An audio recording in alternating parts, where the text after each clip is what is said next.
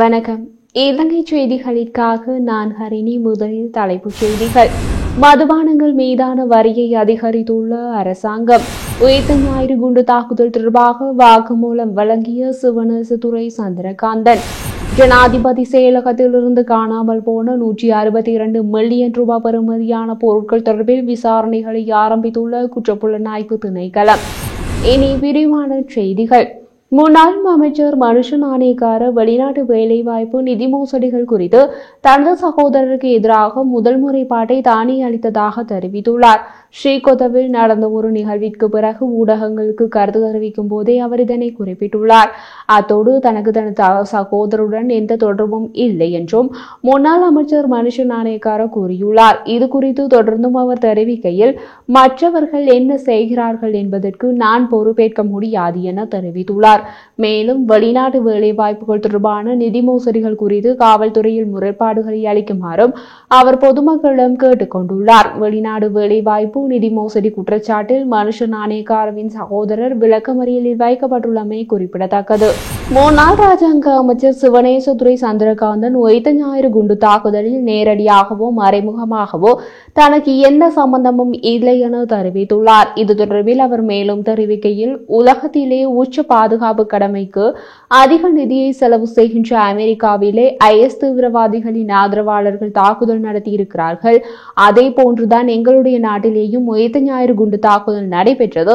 அந்த தாக்குதலை காத்தான்குடியை சேர்ந்த இளைஞர்கள் திட்டமிட்டு நடத்தியிருந்தார்கள்.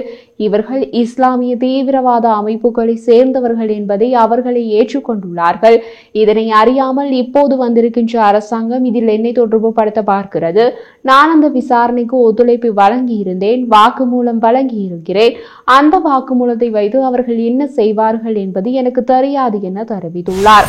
அரிசி தட்டுப்பாட்டை நிவர்த்தி செய்வதற்கு ஜனாதிபதி அனுரகுமார தலைமையிலான அரசாங்கம் உடனடியாக நடவடிக்கை எடுக்க வேண்டும் என வலியுறுத்தி அக்கரப்பத்தினையில் கவனஈர்ப்பு ஆர்ப்பாட்டம் ஒன்று இடம்பெற்றுள்ளது. இதன்போது நகர வர்த்தகர்களும் பொதுமக்களும் கலந்து கொண்டு சுலோகங்களை ஏந்தியவாறு எதிர்ப்பு நடவடிக்கையில் ஈடுபட்டுள்ளனர். அரிசிக்கு கட்டுப்பாட்டு விலை விதிக்கப்பட்டுள்ளதால் அதனை உரிய வகையில் நுகர்வோருக்கு விற்க முடியாத சூழ்நிலை ஏற்படுவதாகவும் இதனால் சிறு வர்த்தகர்கள் பெரிதும் பாதிக்கப்படுவதாக போராட்டத்தில் ஈடுபட்டவர்கள் குறிப்பிட்டுள்ளனர். வடக்கு மாகாண ஆளுநர் ராகலிங்கம் வேதநாயகன் ஜனாதிபதியின் இணைக்கருவில் முன்னெடுக்கப்படும் கிளீன் ஸ்ரீலங்கா வேலை திட்டத்தில் உள்ளூராட்சி மன்றங்களுக்கு முக்கிய பங்கு இருக்கின்றது. அதை சிறப்பாக செயற்படுத்த வேண்டும். மக்கள் நம்பிக்கை வைக்கும் அரசு சேவையை உருவாக்க வேண்டும் என தெரிவித்தார். பருத்தித்துறை நகர சபையின் ஆளுகைக்கு உட்பட்ட பருத்தித்துறை பொது மரக்கறி சந்தை இன்று திறந்து வைக்கப்பட்டது. இந்த நிகழ்வு பிரதமர் விருந்தினராக கலந்து கொண்ட வடக்கு மாகாண ஆளுநர் வேதநாயகன் தனது உரையில் அவ்வாறு தெரிவித்துள்ளார். ஐரோப்பிய ஒன்றியத்தின் நிதி உதவியுடன் உள்ளூர் அபிவிருத்தி உதவி திட்டத்தின் கீழ் 45 மில்லியன் ரூபாய் செலவில் இந்த சந்தை நிர்மாணிக்கப்பட்டுள்ளது. யாழ்ப்பாணம் அச்சுவேலி பகுதியில் சேர்ந்த நபர் ஒருவர் மதுபோதையில் சைக்கிளை ஓட்டி சென்றதால் அவருக்கு 25,000 ரூபாய் தண்டப்பணமாக விதிக்கப்பட்டது. மதுபோதையில் துவிச்சக்கர வண்டியை செலுத்தி சென்ற போது அச்சுவேலி போலீசாரால் குறித்த நபர் கைது செய்து மல்லாகம் நீதவான் நீதிமன்றில் வழக்கு தொடர்ந்தனர். வழக்கு விசாரணையின் போது தன் மீதான குற்றச்சாட்டை ஏற்றுக்கொண்டதை அடுத்து நீதிமன்றம் அந்த நபருக்கு 25,000 ரூபாய் தண்டப்பணம் விதித்து உத்தரவிட்டுள்ளது. இந்தியாவில் சிவப்பு பச்சை அரிசி கிடைக்காததால் அங்கிருந்து அரிசியை இறக்குமதி செய்வதற்கான முயற்சிகள் தோல்வியடைந்ததாக வர்த்தக விவகார, உணவு பாதுகாப்பு மற்றும் கூட்டுறவு மேம்பாட்டு அமைச்சர் வசந்த சமரசிங்க தெரிவித்துள்ளார். உள்ளூர் சந்தையில் ஏற்பட்டுள்ள பற்றாக்குறையை சமாளிக்க சிவப்பு பச்சை அரிசியை இறக்குமதி செய்ய இந்திய உயர்ஸ்தானிக ரகம் மற்றும் இந்திய விநியோகஸ்தர்களுடன் அரசாங்கம் கலந்துரையாடியுள்ளதாக தெரிவித்துள்ளார். எனினும் அந்த முயற்சி தோல்வியடைந்ததாக அமைச்சர் நாடாளுமன்றத்தில் தெரிவித்துள்ளார். நாட்டில் உள்ள ஆலைகளிலும் சிவப்பு பச்சை அரிசி கிடைக்கவில்லை என குறிப்பிட்டுள்ளார். ரோஹிங்கியா புகலிட கோரிக்கையாளர்கள் தொடர்பில் இலங்கையிடமிருந்து தொடர்ந்தும் இரக்கத்தையும் விருந்தோம்பலையும் எதிர்பார்ப்பதாக அகதிகளுக்கான ஐக்கிய நாடுகள் உயர்ஸ்தானிக காரியாலயம் தெரிவித்துள்ளது. நடுக்கடலில் தத்தளித்துக் கொண்டிருந்த ரோஹிங்கியா அகதிகளை காப்பாற்றி பாதுகாப்பாக தரையிறங்குவதற்கு அனுமதி வழங்கிய இலங்கையின் உயிர்காக்கும் செயற்பாட்டை பாராட்டியுள்ள UNHCR-இன் பேச்சாளர், இவர்களின் பலர் பலவீனமான நிலையில் உள்ள பெண்கள், குழந்தைகள் இயலாமை காரணமாக அவர்கள் ஆபத்தான முயற்சியில் தங்கள் உயிர்களை பணயம் வைத்துள்ளனர் என குறிப்பிட்டுள்ளார். 187 வழித்தடத்தில் இயங்கும் கோட்டை கட்டுநாயக்க சொகுசு பேருந்துகள் இன்று முதல் கட்டுநாயக்க விமான நிலையம் புறப்படும் முனையத்திற்கு பிரவேசிப்பதற்கு அனுமதி வழங்கப்பட்டுள்ளதாக தகவல் வெளியாகியுள்ளது. விமான பயணிகளின் வசதிக்காக இந்த தீர்மானம் எடுக்கப்பட்டதாக அந்த நிறுவனம் மேலும் சுட்டிக்காட்டியுள்ளது. சுமார் 6 ஆண்டுகளுக்கு பின்னர் கோட்டை கட்டுநாயக்க பேருந்துகள் விமான நிலைய புறப்பாடு முனையத்திற்கு வர அனுமதிக்கப்படுகின்றன. எனினும் விமான நிலையத்தில் தரித்து நின்று இந்த பேருந்து சேவையை இயக்க வாய்ப்பு இல்லை என தெரிவிக்கப்பட்டுள்ளது. வர்த்தமானி அறிவித்தலின்படி மதுபானங்கள் மீதான கலால் வரியை 6% அதிகரிப்பதற்காக நிதி அமைச்சகம் அறிவித்துள்ளது.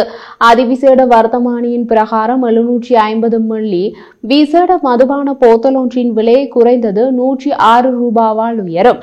இந்த மாற்றத்திற்கேற்ப மற்ற வகை மதுபானங்களின் விலையும் 5 வீதத்தால் அதிகரிக்கும். கலால் வரி அதிகரிப்பை தொடர்ந்து சிகரெட் விலை ஜனவரி 11, 2025 முதல் உயர்த்தப்படும் என இலங்கை புகையிலை நிறுவனம் CTC அறிவித்துள்ளது. கேப்ஸ்டன் மற்றும் ஜான் பிளேயர் சிகரெட் ஒன்றின் விலை 5 ரூபாவிலும் கோல்ட்லீஃப் சிகரெட் ஒன்றின் விலை 10 ரூபாவாலும் உயரும். விசேட வைத்தியர் ஒருவரின் சிபாரிசுக்கு அமைய துமிந்த செல்வா சிறைச்சாலை வைத்தியசாலையிலிருந்து வெலிக்கடை சிறைச்சாலையின் பொது வார்டுக்கு மாற்றப்பட்டுள்ளதாக சிறைச்சாலைகள் ஆணையரும் ஊடக பேச்சாளருமான காமினி பி திசநாயக்க தெரிவித்தார். கைதிக்கு திடீர் சிக்கல் ஏற்படும் பட்சத்தில் உடனடியாக நடவடிக்கை எடுக்குமாறும் வெலிக்கடை அத்தியட்சகருக்கு பணிப்புரை வழங்கப்பட்டுள்ளதாக அவர் கூறினார். துமிந்த செல்வா ஸ்ரீ ஜெயவர்தனபுர வைத்தியசாலையின் விசேட வைத்தியரின் சிபாரிசுக்கு அமைய சிறைச்சாலை வைத்தியசாலையில் அனுமதிக்கப்பட்டு சிகிச்சை பெற்று வந்துள்ளார். சிறைச்சாலை திணைக்களத்திற்கு இன்று கிடைக்கப்பெற்ற மருத்துவ குழுவின் பரிந்துரையில் கைதிகளின் சிறைச்சாலை மருத்துவமனையிலோ அல்லது வேறு எந்த மருத்துவமனை வசதியிலோ தங்க வேண்டிய அவசியம் இல்லை என முடிவாகியுள்ளது. லோகுபட்டி என அழைக்கப்படும் பாதாள உலக நபரின் நெருங்கிய உறவினரை அகிகலங்கையின் ஆயுதமேந்திய குற்ற கும்பலின் இருவர் சுட்டுக் காயப்படுத்தியுள்ளனர். தாக்குதல் நடந்த உடனேயே சந்தேக நபர்கள் அங்கிருந்து தப்பி ஓடிவிட்டனர். லோகுபேட்டியின் மாமா என அடையாளம் காணப்பட்ட பாதிக்கப்பட்ட நபர் காயமடைந்து மருத்துவமனையில் அனுமதிக்கப்பட்டுள்ளார். அதிகாலை 5:45 மணியளவில் முச்சக்கர வண்டிக்குள் சென்று கொண்டிருந்த வேளையில் இந்த தாக்குதல் இடம்பெற்றுள்ளது. லோகுபட்டி தலைமையிலான கும்பலுக்கும் பிரபல போதைப்பொருள் கடத்தல்காரனான குடு மதுஷா தலைமையிலான மற்றொரு கும்பலுக்கும் இடையே நீடித்த மோதல் காரணமாக இந்த துப்பாக்கிச் சூடு நடந்ததாக போலீசார் சந்தேகிக்கின்றனர். குடு மதுஷாவின் மகன்களால் இந்த தாக்குதல் நடத்தப்பட்டிருக்கலாம் என போலீசாரால் கருதுகின்றனர். கிளப் வசந்தவின் கொலைக்கு மூளையாக செயல்பட்டதாக கூறப்படும் லோகுபாடி தற்போது போலீசாரால் நாட்டில் தடுத்து வைக்கப்பட்டுள்ளார். யாழ்ப்பாணம் காரிநகர் கோவிலான் கலங்கரை விளக்கம் கடற்பரப்பில் இலங்கை கடற்பரப்பில் அத்துமீறி நுழைந்த இந்திய மீன்பிடி படகை இலங்கை கடற்படை மற்றும் கடலோர காவல் படையினர் கைது செய்துள்ளனர். 10 இந்திய மீனவர்களையும் கடற்படையினர் கைது செய்தனர். 2025ஆம் ஆண்டு இதுபோன்ற முதல் கைது இதுவாகும். மீன்பிடி படகு மற்றும் 10 இந்திய மீனவர்கள் காங்கேசன்துறை துறைமுகத்திற்கு கொண்டு வரப்பட்டு மேலதிக சட்ட நடவடிக்கைகளுக்காக மயிலிட்டி கடற்றொழில் பரிசோதகரிடம் ஒப்படைக்கப்பட்டதாக கடற்படை தெரிவித்துள்ளது.